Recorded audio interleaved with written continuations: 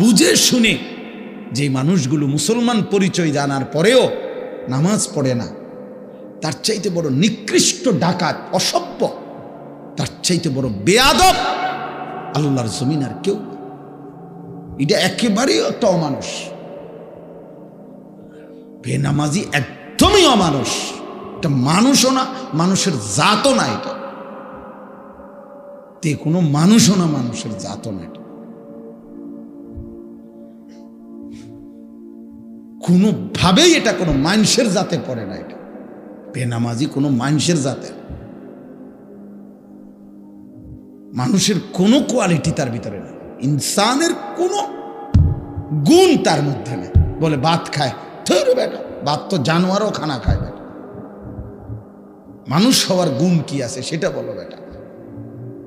পেশাব পায়খানা কত, জানোয়ারও তো বেটা পেশাব পায়খানা করে বেটা। ঘুম যায় তো জানোয়ারও তো ঘুমায় বেটা। বাচ্চা কাচ্চা লালন পালন করে, কুকুর বিড়ালও বেটা বাচ্চা কাচ্চা লালন পালন করে।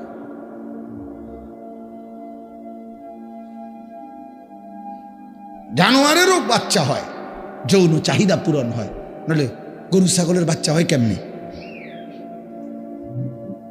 এটাই কাজ বেটা মানুষ। এরপর আল্লাহ বলে, কি ব্যাপার বান্দা, তুমি কি ভেবেছো আমি তোমাকে অনর্থক বানিয়েছি?